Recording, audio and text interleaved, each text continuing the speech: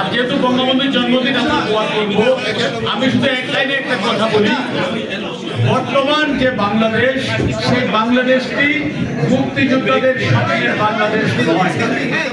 বর্তমান যে পার্লামেন্ট, এই পার্লামেন্টটি ৩০ লাখ শহীদ যে স্বপ্ন নিয়ে জীবন দিয়েছিল, সেই স্বপ্নের পার্লামেন্ট নয়। আমাদের কিছু রাজনৈতিক ভুল, আমাদের কিছু ব্যর্থতা এবং আন্তর্জাতিক ষড়যন্ত্রের কারণে এটি আজকে বাংলাদেশের বাস্তবতা। এই বাস্তবতা থেকে আমাদের উত্তরণ ঘটাতে হবে। আমাদেরকে আবার মুক্তিযুদ্ধের শব্দের বাংলাদেশে পৌঁছাতে হবে। আমাদেরকে আবার ৩০ লাখ শহীদের শব্দের বাংলাদেশে পৌঁছাতে হবে। সেটা পৌঁছানোর জন্য আমাদের সামনে একটি পথ, সেই পথ হচ্ছে বঙ্গবন্ধুর আদর্শের পথচলা। এটি শুধু মুখের কথা নয়, বক্তৃতা নয়। বঙ্গবন্ধু কি, আমি শুধু একটা দৃষ্টান্ত দিব, তারপরে বক্তব্য শেষ করবো। চট্টগ্রামে আওয়ামী লীগ অফিসের পিয়ন একদিন 15 আগস্টে তার স্মৃতিচারণ করছিলেন।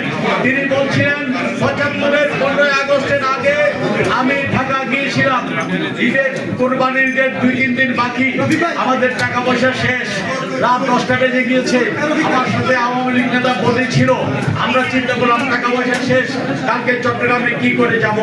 আমি বললাম চলো বঙ্গবন্ধুর কাছে যাই। মোদি বললেন এখন রাত 10টা, রিক্সায় করে ঢাকা থেকে, পুরান ঢাকা থেকে 25 নম্বরে যাইতে লাগবে আধা ঘন্টা, ততক্ষণ 50 থেকে পাবো কিনা জানি না। তারপরও তারা রওনা দিলেন।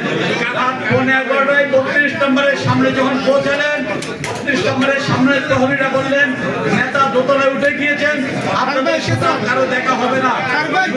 বললেন, আমাদের দেখা করার দরকার নেই, আপনি শুধু নেতাকে গিয়ে বলেন চট্টগ্রাম থেকে আপনার পাগল নুরুল হক আসছে। সেন্ট্রি বললেন, পাগলের কাম নেই, তোমরা যাও। তখন নুরুল হক বললেন, আমি চেঁচামেচি শুরু করলাম। কেন চেঁচামেচি শুরু করলাম? তিনি বলছেন, আমি জানি বঙ্গবন্ধু আমার নেতা, তিনি যদি আমার কণ্ঠস্বর শুনেন, তিনি আমাকে চিনতে পারবেন, আমাকে ডাকবেন। যে মাত্র নুরুল হক বললেন, আমি পাগলা নুরুল হক, বঙ্গবন্ধু আপনার সাথে দেখা করতে আসছি, পুলিশ আমাকে দেখা করতে দিচ্ছে না।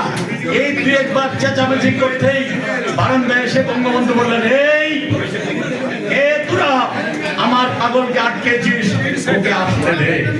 কথাটা এই জন্যই বললাম, নুরুল হক আওয়ামী লীগের নেতা ছিল না, চট্টগ্রাম আওয়ামী লীগের অফিসের সামান্য পিয়ন। সেই পিয়ন বিশ্বাস করত আমার নেতা আমার কণ্ঠস্বর শুনলে আমাকে চিনবে, আমাকে ডাকবে। আজকে আমরা যারা নেতা, আমরা কি নুরুলদের কথা, আমরা কি কর্মীদের আত্মনাদ শুনি? আমরা শুনি নাই বলে 5 আগস্ট হয়েছে। 5 আগস্ট থেকে প্রত্যাবর্তন করতে গেলে এমন নেতা নির্বাচন করতে হবে যারা কর্মীদের মনের কথা শুনবে, মন বুঝবে। সেই নেতাই তৈরি হব আমরা, বঙ্গবন্ধুর সেই পথে আমরা চলবো। এই হোক আজকে বঙ্গবন্ধুর জন্মবার্ষিকীতে আমাদের শপথ।